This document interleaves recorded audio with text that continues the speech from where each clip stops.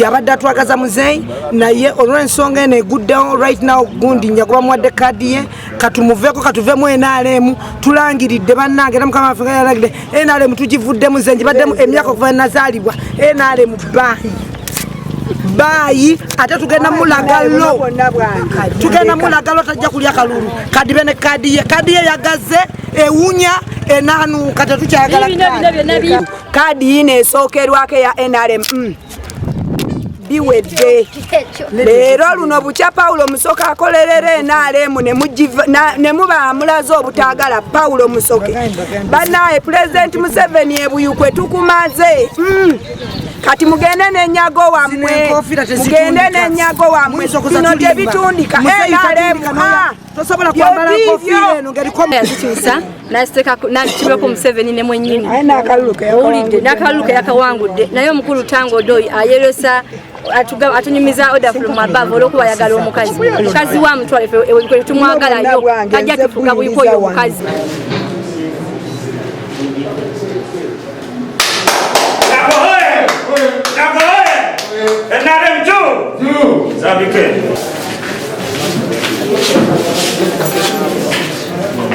Nze Diana Hope Nyago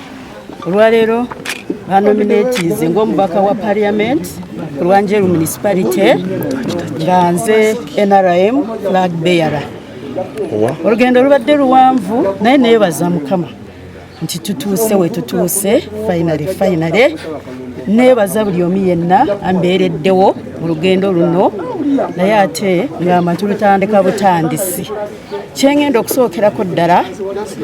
kutabaganya abantu naddala ba NRM mu Njeru municipality nga bwe mukimanyi tubaddenga abakandidates basatu ate nga buli omu alina abantu be nze mu ndowooza yange ndowooza nti ffenna abasatu tuli bawanguzi kuba NRM lwewangula buli member wa NRM abamuwanguzi.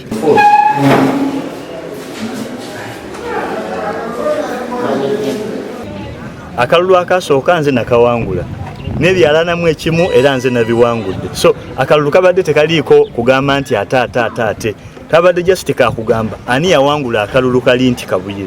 ani yawangudde ebyalanamu ekimu nti era y'omuntu atya y'omuntu omwoyo ne bakoze emivuyo gyabwe ne balangirira omuntu ku 7 gwa kiro n'ekitukoze bulungi nti byonna bisaziddwamu ne tufuna results entuufu so fena batugambye twewandiise nga ba independent paka NRM lwenakola ki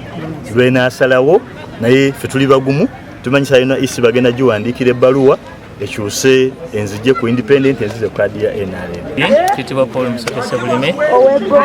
sokera dda okutuuka okwebaza kwongera abalonzi bange bonna abampa obululu newankubadde buzannyiddwamu Njeru municipality yakalangira abasinze buli muntu akutte flag emirundi ebiri so finally tekyali kivaayo kyamakulu naye nga mbasaba nti nzize baweereza sawula ddiini sawula ggwanga n'ebisigadde naye nafunyemu okutya bannanjeru